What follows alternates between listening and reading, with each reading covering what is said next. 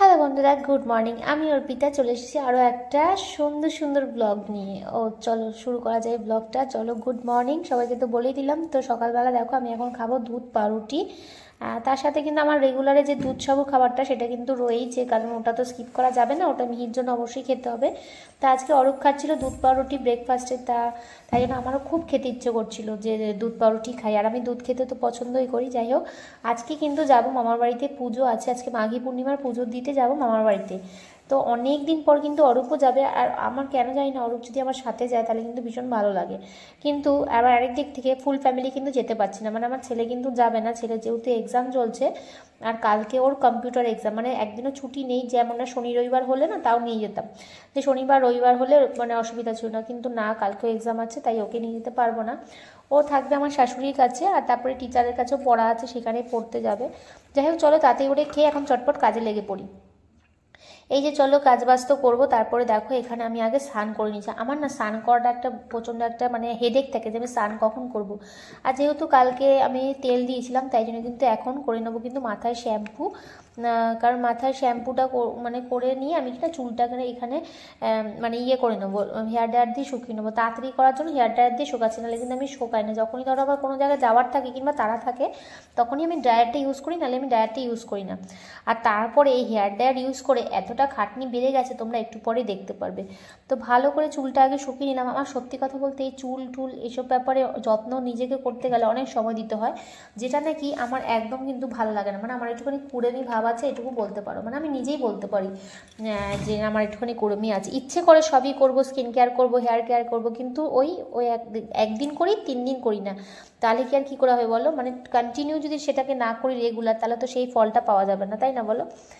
তারপরে আমি স্নান করিয়েছি মিহিকেও, কিন্তু এদিকে স্নান টান করিয়ে নিয়েছি আমি। হ্যাঁ, তো এখানে চট করে এখন চলো রেডি হবো। আজকে প্রচণ্ড তারা, অরূপ গেছে কাজে, কাজ থেকে আসলে কিন্তু আমাকে একদম তাড়া দিতে থাকবে যে আমি রেডি হইনি কেন। আর এই যে দেখো মিহিকে এখানে গাড়িতে বসিয়ে রেখেছি, কারণ মিহি যদি গাড়িতে থাকে না তাহলে অনেকটা কাজ কিন্তু আমার এগিয়ে যায়, মানে আমি কাজ করতে পারি, অসুবিধা হয় না। আর ওর গাড়িতে থাকলে না খুব যদি অসুবিধা না হয়, নাহলে আর কান্নাকাটি করে না। যদি ধরো অনেকক্ষণ বসিয়ে রেখেছি, আর ও গাড়ি চড়তে ভীষণ ভালোবাসে, তাই জন্য ওকে গাড়িতে বসিয়ে কিন্তু আমি কাজটা করছি। দেখো গাড়ির মধ্যে ক্যামেরা রেখে আমি ওকে ভিডিও করছি, আর ও আমার দিকে তাকিয়ে আছে। যেহেতু হেয়ার ড্রায়ার দিয়ে একটা আওয়াজ বেরোয়, তো একটা জোরে, তো সেই আওয়াজটা দেখছে। আর ভয় পায়নি যদিও, কিন্তু ভাবছে মাম্মা কী করছে এগুলো, এই তো প্রথমবার দেখলো আমাকে হেয়ার ড্রায়ার দিয়ে চুল শোকাতে। তো ভালো করে কিন্তু তেলটা যে ম্যাসাজ করেছিলাম, মা দিয়ে গেছিলো তেলটা, কিন্তু ভালোই, পরের দিন শ্যাম্পু করলে বেশ চুলটা অনেকটা স্মুদি লাগে। জানি না এরপরে আমি পুরো টেকো হয়ে যাবো। দেখো অবস্থা, তোমাদের বললাম না একটু আগে যে হেয়ার ড্রায়ার দিয়ে চুল মানে করে আমার কী অবস্থা হয়েছে। এই যে সারা চুল এখন নিচে পুরো ছড়িয়ে গেছে। এর আগে কিন্তু আমি পুরো ঘর ঝাড় দিয়ে ঘর মুছে গেছি, কিন্তু কেন পুরো একদম চুলের চুল হয়ে গেছে। তো দেখো তোমরা দেখতে পাবে, বুঝতে পারছো কিনা জানি না, যেহেতু টাইলস রয়েছে সাদা সাদা দেখাচ্ছে। আগে ভালো করে ঝাড় দিয়ে এক জায়গায় এনে তারপরে ওটাকে এখন হাত দিয়ে আবার তুলে কিন্তু ফেলতে হবে। কি যে আমার খাটনি বেড়ে গেল কি বলবো। এদিকে আমার তাড়া রয়েছে, কত কাজ বাকি রয়েছে, এক জায়গায় যেতে গেলেই যে ফট করে চলে যেতে পারি তা কিন্তু নয়। এখনও পুজো করবো, মানে মিহিকে রেডি করানো, নিজে রেডি হওয়া, এগুলো সব করতে হবে। ছেলেকে রেডি করতে হবে, নাহলে তো কিছু করতে পারবো না, ওকেও তো সব কিছু করে রেখে আমার যেতে হবে, তাই না বলো? কিন্তু এদিকে এক্সট্রা কাজ আমার এটা হয়ে গেল। আগে জানো না, পরে কিন্তু ঘরটা ঝাড় দিতাম, তাহলে কি একবারে ঝাড় দিলে হয়ে যেত, ডবল ডবল করে আমার খাটনি হয়ে গেল, যে খাটনি করে আমার মানে খাটনিটা হয়ে গেল।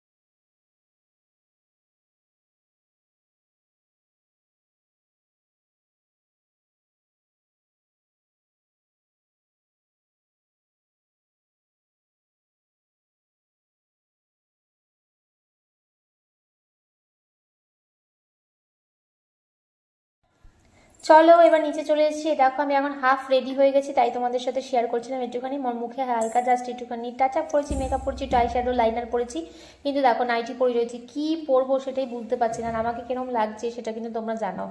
সেটাই তোমাকে কিন্তু তোমাদেরকে আমি জিজ্ঞেস করছিলাম যে কেমন লাগছে, আর কি চুড়িদার পরে যাবো কিংবা শাড়ি পরে যাবো বুঝতে পারছি না। তারপর অরূপ বললো যে এই শাড়িটা এই চুড়িদারটা পরো, নতুন একটা চুড়িদার আমি পরেছি। আর এই যে হচ্ছে মাম্মাম, দেখো আমি আজকে ক্লিপ লাগিয়েছি, ওকে কেমন লাগছে অবশ্যই কিন্তু কমেন্টে জানিও তোমরা। মিহি চুপ করে বসে রয়েছে, রিক্সা করে আমরা যাচ্ছি, চলো একটু পরেই পৌঁছে যাব। এই যে আমরা এখন মন্দিরে পৌঁছে গেছি। দেখো রাস্তার ভিডিও আর কিছু করিনি, সেরকম করে রিক্সা করে আসছিলাম সেটুকু শুধু ভিডিও করেছি। তো এখানে পৌঁছে গেছি, পুজো কিন্তু কমপ্লিট হয়ে গেছে, কিছু করার নেই, অনেকটা বেলা করে আমরা এসেছি।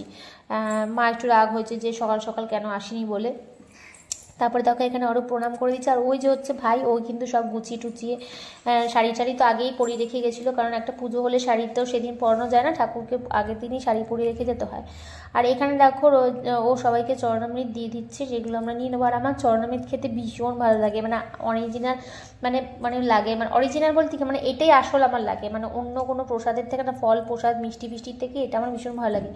আমি তো যেখানেই যাই কিংবা নিজের বাড়িতে চরণামৃত থাকলে না, আমি রেখে দিই, যেটা এক্সট্রা থাকে সেটা আমি না পরে শুধু এমনি খাই, শুধুই খাই, পরে বেশি বেশি করে খাই, যাতে থাকে এরকম একটা বলে। আর মিহিকে দেখো আমার তো কোলে নিতে হয়নি, এসে কিন্তু ওইটুকুনি কান্নাকাটি করছিল ঠিকই, যেহেতু হট করে অন্য কাউকে দেখেছি সেরকম হয়ে গেছে। তারপরে দেখো ওখানে ভাইয়ের বউর কোলে রয়েছে মিহি। আর এখানে দেখো আমি ভাবলাম তো সেই পাখিটুকুনি ভাইকে বললাম ভিডিও করে দিতে, যে তোমরা তাহলে দেখতে পাবে যে এখানে দেখো কত সুন্দর করে মাকে সাজিয়েছে, আর কত সুন্দর করে পুজোর আয়োজন করেছে, এখানে সবাই মিলে আয়োজনটা করেছে।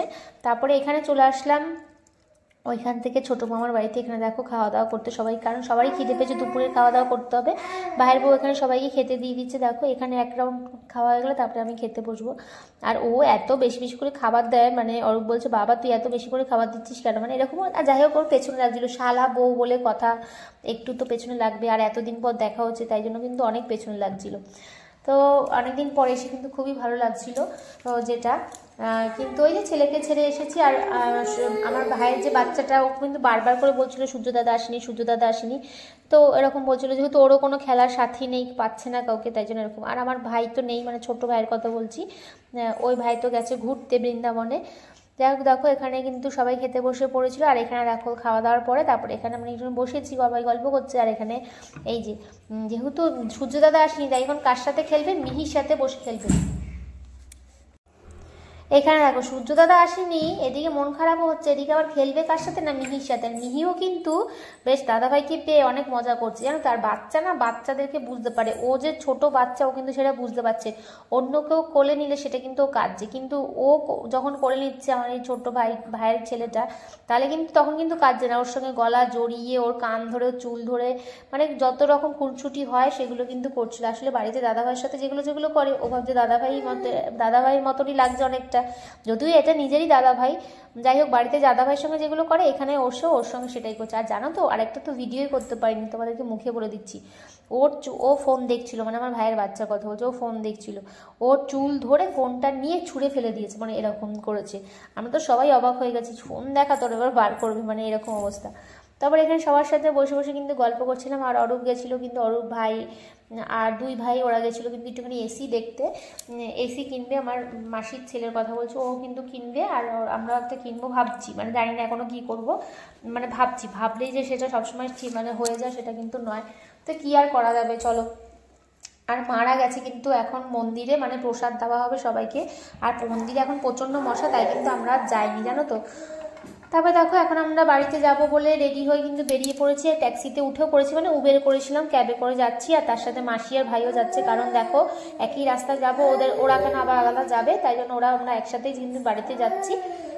আর এখানে কিন্তু মা প্রসাদ দিয়ে দিয়েছে অনেকটা। আর জানি না মিহি গাড়িতে কীরকম করবে, অনেকটা কান্না করছিল, জানো তো। আর অনেকটা জ্যামও রয়েছে রাস্তায়, জানি না চুপ করে সারা রাস্তায় গেলেই ভালো, কারণ রাস্তাঘাটে না এইভাবে গাড়ির মধ্যে আমি ব্রেস্ট ফিট করাটা ঠিক একটা কমফোর্টেবল হয় না, আর দেওয়াও যায় না ওইভাবে, কারণ পেছনে বসি, বা সামনে ড্রাইভার থাকে, ওইভাবে না গাড়িতে দেওয়া যায় না। আমি চাই মিহি যতক্ষণ রাস্তা থাকবে যেন বেশি কান্না না করে, তার আগে যেন চটপট করে বাড়ি পৌঁছে যেতে পারি।